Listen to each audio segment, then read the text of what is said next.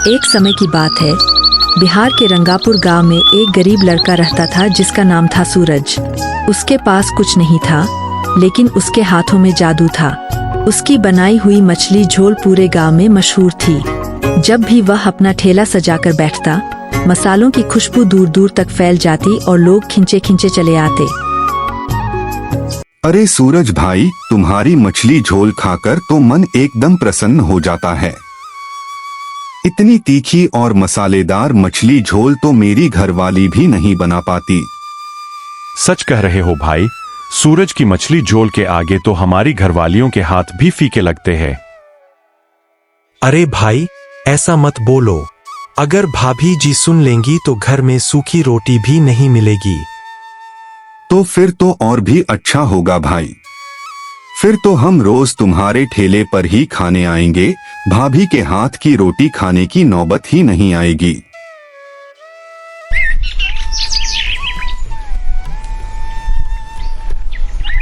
दोपहर से शाम हो गई, ठेले पर सन्नाटा। एक भी ग्राहक नहीं आया। हे भगवान, यह क्या हो गया? आज तो सारे गांव वाले कहाँ गायब हो गए?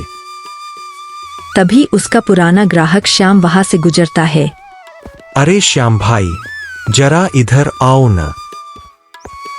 आज तो मेरे ठेले पर सन्नाटा है। क्या बात है?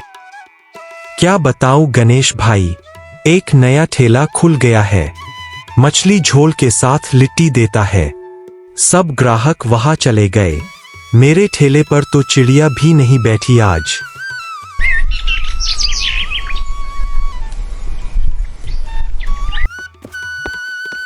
रास्ते में गणेश मिल जाता है। अरे सूरज, मुंह इतना लटकाए कहाँ जा रहे हो? माथे पर कितनी चिंता की लकीरें हैं। क्या बताऊं गणेश भाई, एक नया ठेला खुल गया है। मछली झोल के साथ लिट्टी देता है। सब ग्राहक वहां चले गए। मेरे ठेले पर तो चिड़िया भी नहीं बैठी आज। अरे क्या घबरा रहे हो भाई?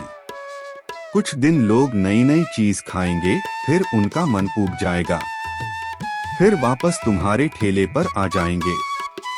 तुम्हारे हाथ का स्वाद कोई कैसे भूल सकता है? भगवान करे ऐसा ही हो। पत्नी गीता और बेटा मोनू, बस यही उसका छोटा सा संसार। रसोई से खुशबू उठती है। रवि नाक सिकोड़कर हंसते हुए, अरे गीता, क्या बात है? आज तो बहुत सुगंध आ रही है। क्या चल रहा है चूल्हे पे? अरे बस हल्की सी चिकन करी बना रही हूँ। माँ जल्दी बनाओ ना, भूख से पेट में चूहे नाच रहे हैं। अरे भूखे शेर, अभी थोड़ी देर में मिल जाएगी। रवि चुपचाप प्लेट लेकर बैठ जाता है। पहला कौर मुंह में डालता है। सच बोलूं गीता, तेरे हाथ की चिकन करी में जादू है, जादू। होटल वाले भी फेल पड़ जाए तेरे सामने। तो फिर खोल लो ना होटल। तुमने होटल मैनेजमेंट पढ़ा है, मैंने कुकिंग सीखी है। क्यों दूसरों के लिए काम करेंगे, अपना चलाएंगे। रवि चुप होकर सोचते हुए, बात तो तेरी ठीक है, पन पैसा कहाँ से लाएंगे? बैंक से लोन ले लेते हैं। एक बार दुकान चल पड़ी ना, सब ठीक हो जाएगा। रवि चुप होकर सोचते हुए, ठीक है, कल बैंक चलते हैं। अगले दिन रवि साफ कपड़े पहनकर बैंक पहुंचता है। भीड़, फॉर्म, लाइनें, पर उसके चेहरे पर उम्मीद थी। नमस्ते मैनेजर साहब। हाँ भाई, बताओ क्या काम है? छोटा सा रेस्टोरेंट खोलना है, लोन चाहिए। दस्तावेज पूरे हैं? हाँ जी, सब है। तुम जैसे मेहनती लोगों को लोन देना अच्छा लगता है। फॉर्म भर दो, 2-3 दिन में पैसा मिल जाएगा। कागज पूरे होते हैं, लोन पास हो जाता है। रवि घर आता है। रवि उत्साह से। गीता, लोन मंजूर हो गया। सच में? तो शुरू करते हैं अपना रेस्टोरेंट।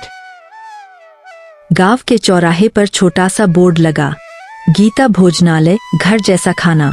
तंदूर जलता है, कढ़ाई चढ़ती है, खुशबू फैलती है। 2 लड़के आते हैं।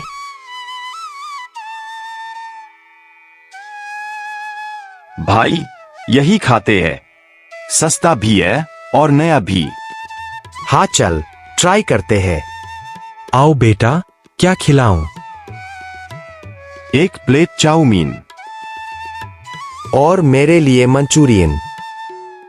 ओहो, मजा आ गया।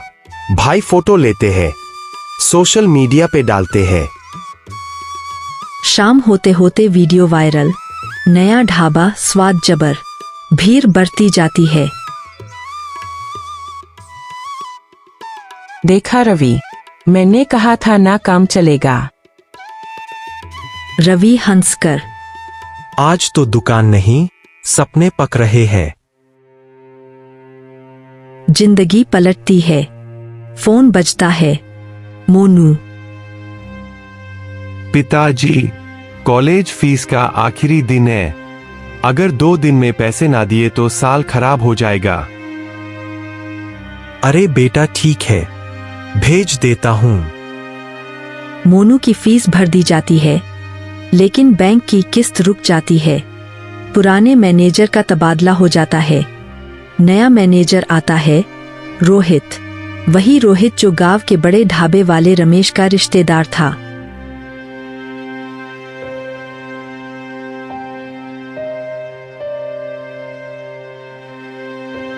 देखिए रवि, 3 किस्तें लेते हैं। कल सुबह तक पूरा पैसा भरा नहीं तो दुकान जब्त। साहब थोड़ा टाइम दे दो, काम अभी अभी चला है। नियम होता है, या तो पैसा या दुकान। अगले ही दिन दुकान सील, घर भी नीलाम करने का नोटिस। रवि, गीता और मोनू सड़क पर। हमने किसी का क्या बिगाड़ा था रवि? शायद किस्मत हमसे नाराज है।